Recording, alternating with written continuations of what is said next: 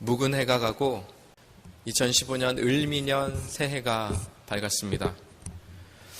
올해 여러분들의 생업과 가정에 하나님께서 꼭 함께 하셔서 그 어느 때보다 의미 있고 보람된 한 해가 되기를 바라고요. 또 주님께서 주시고자 하는 평안과 감사를 다 누리실 수 있기를 주님의 이름으로 축복합니다. 오늘 새해 첫날 첫 예배를 함께 드리면서 저는 올 한 해 우리 신앙인들이, 믿음의 사람들이 가져야 될 아주 중요한 삶의 자세에 대해서 함께 말씀을 나누려고 합니다. 세상 사람들은 올해가 청양의 해다, 푸른 양의 해다 해서 어떻게 하면 복을 받는지, 또 어떻게 해야 복된 삶을 살 수 있는지에 대해서 매스컴에서도 그렇고요, 말들이 많습니다. 그러나 인간의 복을 주관하시는 분은 오직 하나님 한 분이십니다. 그래서 하나님이 주신 복을 누리는 방법을 여러분들과 함께 나누며 함께 그 은혜 받기 위해 함께 결단하고 기도하는 시간 가져보려고 합니다. 모든 공동체나 집단은 그 모임을 모임되게 하는 가장 중요한 요소들이 하나씩 있습니다. 그 요소를 잃어버릴 때 그 모임의 본래의 생명이 사라져버릴 정도로 어느 모임마다 중요한 요소라는 것들이 하나씩 있습니다. 정치를 하는 정당은 정권의 창출이 그 공동체의 제일 중요한 요소입니다. 또 기업은 이윤을 극대화하는 것, 돈을 많이 버는 것이 기업의 아주 중요한, 가장 중요한 요소입니다. 또 가정은 가족 구성원 간의 사랑이 가장 중요한 요소라고 생각할 수 있고요. 그런데 교회도 교회를 교회되게 하는 아주 중요한 요소가 있습니다. 많은 사람들은 교회는 봉사, 교육, 구제, 교제하는 것, 친교 나누는 것, 이런 것들이 있어야 된다고 말합니다. 그러나 그것은 교회가 힘써야 되는 것들이지요, 교회를 교회되게 하는 것은 아닙니다. 교회의 가장 중요한 요소를 알아보기 위해서 여러 가지 방법이 있겠죠. 여러 접근 방법이 있겠지만 저는 오늘 성전을 보면서 성전을 처음 지었을 때 가장 중요한 부분이 어디였는지, 어느 곳이 가장 중요한 곳이었는지를 생각해 보면서 그것의 의미를 한번 생각해 보려고 합니다. 교회의 가장 중요한 것도 무엇인지를 알 수 있을 거고요. 은행을 지을 때 가장 중요하고 견고하게 짓는 것은 금고입니다. 병원을 지을 때 가장 중요한 것은 접수받는 접수처나 사무실이 아니라 수술실이나 검사실이나 병실이나 이런 곳들입니다. 왜냐하면 그 은행의 금고나 병원의 수술실은 가장 중요한 곳이기 때문입니다. 그 건물의 가장 중요한 요소가 그곳이기 때문입니다.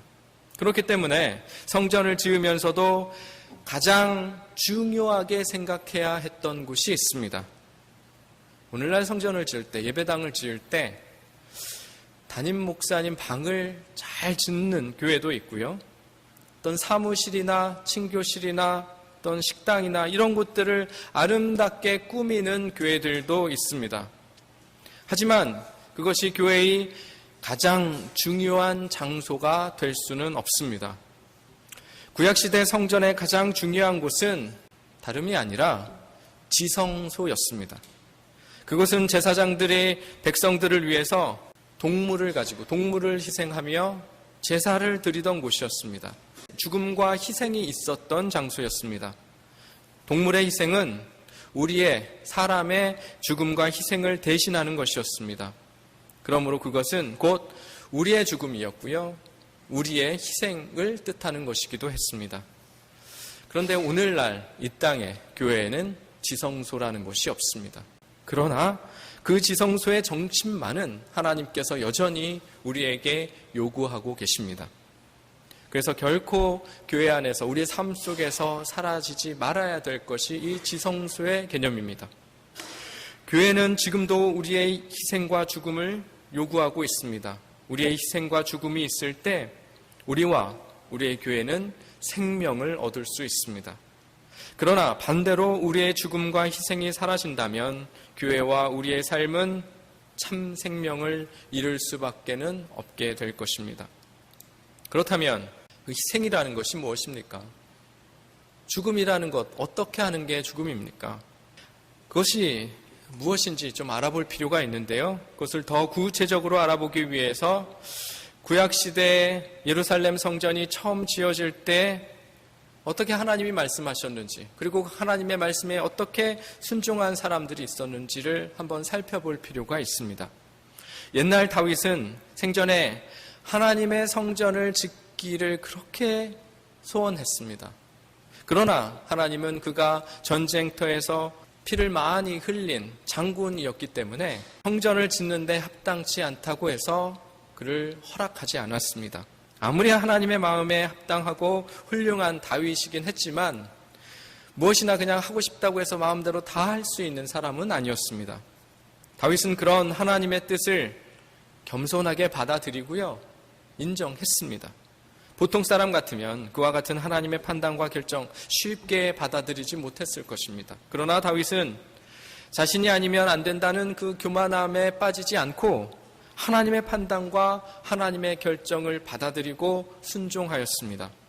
그러나 다윗은 자신이 하나님의 성전을 지을 수 없다는 사실을 알고 있었지만 그렇다고 해서 성전을 건축하는 것에 있어서 그냥 손 놓고 있지는 않았습니다.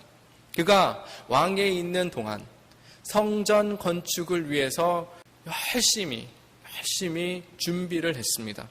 후에 솔로몬이 왕이 되었을 때 건축을 할 때요, 그 전에 준비되었던 대부분의 것들이 거의 다가 이 다윗이 준비해 놓았던 자재들이었습니다. 다윗은 자신을 드러내지 않으면서 그의 최선을 다했던 것입니다. 이것이 바로 하나님의 성전의 제물로 드려진 희생의 참 의미이기도 합니다.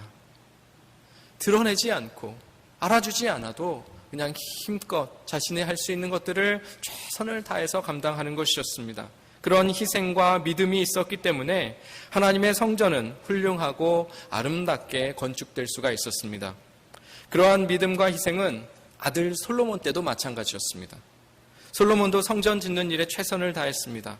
진심으로 훌륭한 성전을 지으려는 마음으로 자신이 살기 위해서 궁전도 지어야 되는데 그것은 이제 미뤄두고 먼저 7년이라는 시간 동안 온통 하나님의 성전을 짓는데 올인했습니다. 그런데 오늘 성경 본문을 보니까요, 성전을 다 짓고 난 후에 성전 앞에 돌 기둥을 세워놨는데 오른쪽에 세운 기둥의 이름을 야긴이라고 이름을 붙였고 왼쪽에 세운 기둥의 이름을 보아스라고 했다고 했습니다. 이 기둥이라는 것은 구약시대 당시에 어떤 중요한 건축물을 짓고서 기념비 같은 역할을 했습니다. 오늘날 그런 기념비의 개념이라고 생각하면 되는데요. 그런데 이 두 기둥에는 깊은 의미가 담겨져 있습니다. 이름의 뜻에도 그 의미가 담겨져 있는데요. 여러분, 야긴의 이름의 뜻이 무엇이었죠? 기억하십니까? 하나님이 세우셨다. 야긴, 하나님이 세우셨다. 보아스는 무엇이었습니까? 하나님의 능력이라는 뜻입니다. 그러니까 이 두 기둥의 이름의 뜻을 합치면 어떤 뜻이 되는 것입니까? 능력 많으신 하나님이 이 성전을 세우셨습니다. 능력 많으신 하나님이 이 성전을 세우셨습니다. 라는 고백이 이 두 기둥의 이름에 담겨져 있는 것입니다. 이것이 성전을 짓고 기둥을 세운 다윗과 솔로몬의 마음이었습니다. 웬만한 사람 같으면 두 기둥을 세워놓고 이것에 기여를 한 다윗과 솔로몬의 이름을 붙여서 하나는 다윗이라 짓고 하나는 솔로몬이라고 지을 수도 있었습니다. 그렇게 했더라도 누가 아무도 뭐라고 하지 않았을 것입니다. 그럼에도 불구하고 다윗과 솔로몬은 그렇게 하지 않았습니다. 아름다운 성전은 자신들의 힘과 능력으로 세운 것이 아니라 하나님의 능력으로 하나님이 세우셨다는 사실을 그들은 너무 잘 알고 있었기 때문이었습니다. 그렇기 때문에 이 야긴과 보아스라는 이름의 두 기둥을 모든 이스라엘 백성들이 볼 수 있도록 이렇게 높이 세웠던 것입니다. 자신의 이름과 공적을 내세우지 않고 야긴과 보아스의 기둥을 세워 하나님께만 영광을 돌린 그 솔로몬의 믿음은 바로 하나님의 성전에 드려진 고귀한 지성소의 제물의 그 정신과도 똑같은 것이었습니다. 피를 흘려 죽여야 했던 희생 제물의 정신은 이렇게 자신을 내세우지 않고 자신을 꺾고 자기를 죽이는 일로, 이런 형태로 계속 이어져 내려갔던 것입니다. 자신을 죽이고 자신을 내려놓고 이렇게 멋진 성전을 지어서 하나님께 봉헌했을 때 그 예루살렘에는 커다란 변화가 일어났습니다. 성전이 세워진 예루살렘이 원래 어떤 땅이었다고 했죠? 느헤미야서에 보면 예루살렘 성은 아무도 살고 싶어 하지 않는 땅이었죠. 아무도 그곳에 가고 싶어 하지 않는, 매력 없는 땅이었습니다. 사람들이 많이 살고 있지 않아서 변방이었고요. 적의 공격으로 전쟁이 난무하였던 그런 경계에 있던 땅이어서 인간적으로 매력이 참 많이 떨어지던 땅이었습니다. 그렇기 때문에 사람들이 가서 모여 살고 싶어하는 땅도 아니었습니다. 그래서 사람이 적으면 성을 지키기가 어려워서 일부러 사람들을 이주할 때 느헤미야서에 보면 제비 뽑기를 했다고도 했죠. 제비를 뽑아서 당첨된 사람이 꼭 가야만 할 정도로 그만큼 이 예루살렘은 매력이 없는 땅이었던 것입니다. 그러나 여러분, 이제 이 예루살렘은 어떤 땅이 되었습니까? 사람들의 정신적인 중심에 있는 시온의 땅이 되었습니다. 그리고 전 세계 신앙인들에게 그 이름만 들어도 하나님을 생각나게 하는 거룩한 땅, 위대한 땅이 예루살렘이 되었습니다. 그 이유가 어디에서부터 비롯되었습니까? 여러 이유가 있을 수 있습니다. 그렇지만 제일 큰 이유는 하나님의 성전을 그곳에 세운 뒤부터, 하나님의 성전을 지은 후부터 예루살렘이 거룩한 하나님의 시온 땅이 된 것입니다. 그리고 그 성전을 세울 때 그냥 짓고 끝난 게 아니라 이 야긴과 보아스, 하나님의 능력이 이 성전을 세우셨습니다 라는 고백을 가지고 이 성전을 감당할 때 하나님께서는 그 땅을 이 세계 가운데서 중심으로 만들어 주셨습니다. 하나님의 성전을 세웠다고 해서 이 모든 땅이, 모든 도시가 다 유명해지고 중심이 되는 것은 아닙니다. 한국의 서울은 세계에서 단위 면적당 교회 수가 가장 많은 도시, 밀도가 가장 높은 땅이 서울입니다. 세계에서 가장 큰 기독교 예배당 1등, 2등, 3등, 4등, 5등까지가 서울에 있습니다. 하지만 아무도 서울을 세계의 중심이다, 하나님의 땅이다, 거룩한 땅이다, 위대한 땅이다라고 생각하는 사람은 없습니다. 그냥 예배당을 세웠다고 해서 세계의 중심이 되는 것이 아니라는 것입니다. 어떤 정신을 가지고 세우는가, 어떤 정신으로 교회를 세워나가는가, 이게 더 중요하다는 것입니다. 즉, 능력의 하나님께서 세워주셨다고 하는 그 정신 하나가 변두리 땅이었던 이 예루살렘을 세계의 중심지로까지도 만들 수 있었던 힘이었다는 것입니다. 하나님 앞에 우리를 희생과 죽음으로 드려야 한다는 그 순수한 신앙의 마음이 예루살렘을 그렇게 높이 세워놓은 것이고, 그렇게 아름답게 만든 것이고, 그렇게 중심에 갈 수 있게 해놓은 것입니다. 여러분, 이거 놀라운 변화였습니다. 오늘 이 시간 제가 여러분들에게 이 말씀을 통해서 함께 나누고자 하는 것은 예배당 문제를 얘기하는 것이 아닙니다. 어떤 교회 문제를 새해 벽두부터 드리고 싶은 얘기도 아닙니다. 올 한 해 2015년 우리가 치열하게 살아가야 될 우리의 삶의 문제, 우리의 삶의 문제를 얘기하고 싶습니다. 구약의 성전이 예루살렘의 성전을 의미한 것이었다면, 여러분, 신약 시대에서는 성전이 어떤 의미입니까? 우리의 몸이, 우리가 성전이라고 하십니다. 고린도전서 3장 16절, 너희는 너희 몸이 성전됨을 알지 못하느냐. 우리의 몸이, 우리가 성전이라고 하십니다. 즉, 우리의 인생의 길은 하나님의 성전을 짓는 행위라고 말씀하시는 것입니다. 우리 삶이 성공적이기 위해서는 우리가 해야 할 일이 있다면 우리의 삶에 아름다운 성전을 지어나가는 것이 우리의 삶에 있어서 성공적인 삶이라고 하십니다. 그리고 그것을 잘 짓기 위해서 그 예루살렘 성전 앞에 세워놓았던 두 기둥, 야긴과 보아스의 이 두 기둥을 우리 삶 속에서 잘 세워놓을 때 진정으로 성공적인 성전이 될 수 있다고 말씀하시는 것입니다. 야긴이 무엇입니까? 보아스가 무엇입니까? 능력 많으신 하나님이 성전을 세우신다는 고백입니다. 나에게 주어진 그 시간 동안 내 인생을 살아갈 때 내 인생은 내가 만들어가는 것이 아니라 능력 많으신 하나님께서 세워주셔야 세워질 수 있다는 것입니다. 그 신앙으로 인생의 기둥을 세워나갈 때 하나님께서는 예루살렘에 주셨던 그 놀라운 변화와 놀라운 축복들을 우리 삶 속에서도 나타나게 해주실 것이라고 말씀하시는 것입니다. 많은 사람들이 성공적인 삶을 살고 싶어 합니다. 성공하고 싶어 합니다. 그런데 여러분, 그 성공이 무엇입니까? 그 성공의 실체가 무엇입니까? 우리가 바라는 그 성공, 정말 그냥 솔직하게 얘기하면 이런 게 성공 아니겠습니까? 이 세상을 이끌어가는 그 주류에 편승하는 것, 이 세상을 이끌어 나가는 힘이 되는 그 중심에 우리가 그 가까이 서는 것, 그게 성공이 아니겠습니까? 미국 사회의 주류면 그 주류 안에 들어가면 너무 좋겠지만 그게 아니더라도 이 한인 사회 안에서만이라도 인정받을 만한 중심에 들어가는 것, 주류에 올라서는 것, 그것이 성공이라고 할 수 있을 것입니다. 여러분들은 여러분들의 자녀를 교육시키는 이유가 어디에 있습니까? 따지고 보면 우리의 자녀들이 이 세상을 이끌어가는 그 중심에 들어가고 또 이 세상을 이끌어가는 사람이 되든지 아니면 그것이 아니라면 그런 사람들과 함께 불편함 없이 잘 살아가는 것, 그것이 우리 자녀들을 키우는, 잘 되게 만드는 아마 궁극적인 소망일 것입니다. 그래서 그 목적을 위해서 아이들을 많은 희생을 하며 교육을 시키고 있습니다.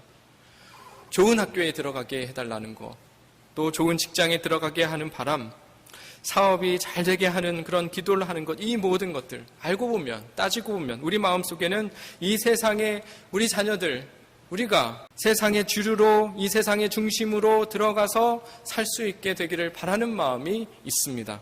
그러나 하나님은 우리에게 분명하게 말씀하고 계십니다.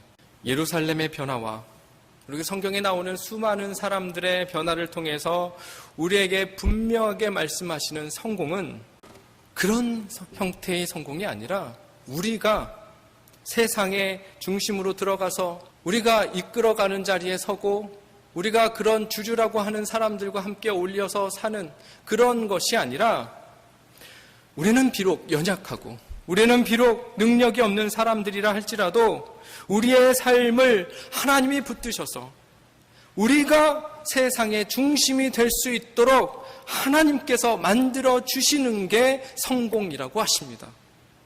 우리가 세상에 들어가서 세상의 중심에 딸려가서 거기에 들어가려고 애쓰는 게 아니라 우리가 우리의 사명을 감당하고 하나님을 의지하며 사는 사람들로 살아가면 하나님이 우리가 있는 땅을, 우리를 세상의 중심으로, 세상의 주류로 바꿔주시겠다고 약속하시는 것입니다. 여러분, 이것은 완전히 개념이 다른 것입니다. 어떻게 하든지 세상을 이끌어가는 사람들과 함께하고 그들이 사는 곳에 함께 들어가 살고 그들과 함께 세상을 움직이는 그곳으로 들어가는 것을 성공이라고 많이들 생각하는데 하나님은 다르다는 것입니다. 우리의 삶 속에서 성실하게 하루하루 야긴과 보아스라는 그 인생의 두 기둥을 삶 속에서 세워나간다면 우리가 어느 곳에 있든지 우리 환경이 어떤 상황이든지 하나님은 우리를 향해 네가 세상의 중심이다. 네가 밟고 있는 그 땅이 중심이다. 그렇게 우리의 삶을 바꿔주신다고 하십니다. 그것이 성공이고 그것이 하나님의 은혜고 그것이 하나님의 축복이라고 하십니다. 자신의 인생의 성전을 지어나갈 때 야긴과 보아스, 즉 능력의 하나님께서 세워주십니다라는 그 강한 믿음을 갖고 살아가는 사람들에게 진정한 세상의 중심이 되고 세상의 주류가 될 수 있도록 축복해 주신다고 하십니다. 예루살렘처럼 원래는 변방이었고 아무런 매력이 없는 땅이었지만 하나님께서 세워주시니까 그 땅이 세계의 중심이 되었듯이 우리도 똑같다는 것입니다. 우리도 보잘것 없지만 아무것도 아닐 것 같고 매력 없는 것 같아 보이지만 우리가 이 인생의 두 기둥을 잘 세워나간다면 어느 순간인가 하나님께서 우리를 중심으로 세워주실 줄 믿습니다. 그것을 시편 127편 1절 2절에도 이렇게 표현을 하고 있습니다. 여호와께서 집을 세우지 아니하시면 세우는 자의 수고가 헛되며 여호와께서 성을 지키지 아니하시면 파수꾼의 경성함이 허사로다. 우리 인생의 모든 집들, 우리 인생의 모든 견고한 성들, 누가 짓고 누가 쌓고 누가 지키느냐? 하나님이 하신다고 말씀하십니다. 하나님만 하신다고 우리에게 말씀하십니다. 그러한 하나님의 말씀에 대해서 정확하게 대답하는 말씀은 바로 이것입니다. 여호수아가 이렇게 대답했습니다. 여호수아 24장 14절에서 15절 우리 같이 읽도록 하겠습니다. 시작. 만일 여호와를 섬기는 것이 너희에게 좋지 않게 보이거든 너희 조상들이 강 저쪽에서 섬기던 신들이든지 또는 너희가 거주하는 땅에 있는 아무리 족속의 신들이든지 너희가 섬길 자를 오늘 택하라. 오직 나와 내 집은 여호와를 섬기겠노라 하니. 여러분, 신앙이라고 해서 다 똑같은 신앙이 아닙니다. 진정으로 하나님께서 원하시고 진정으로 하나님께서 기뻐하시는 것은 바로 이러한 고백과 이 믿음 가지고 하나님과 동행할 때 나타나는 것입니다. 그럴 때 주님께서는 우리의 인생의 성전을 정말 멋있게 건축해 주실 줄로 믿습니다. 많은 전문가들이 여러분 이렇게 말을 합니다. 지난해 힘들었죠? 여러 가지 정보와 여러 가지 평가를 한마디로 표현을 하면 지난해 우리는 힘들게 살았습니다. 힘들었죠? 입니다. 2014년 경제적으로 정치적으로 또 사회적으로 많이 우울한 일들이 많았습니다. 그래서 전문가들이 그 모든 것들을 한 문장으로 그렇게 표현하는 것입니다. 많이 힘들었다. 많이 힘들었죠. 그런데 또 2015년 어떻게 될 것인가에 대해서 전망하는 것에 대해 정치, 경제, 사회에 대해서 많이들 또 얘기를 하고 평가를 하는데 그것도 한마디로 제가 표현을 하고 압축을 하자면 이런 뜻입니다. 별로 나아질 것 없으니 기대하지 마십시오. 별로 나아질 것 없습니다. 그렇게 달라질 것 없습니다. 그렇게 우리는 불안함과 불투명함을 계속 이야기합니다.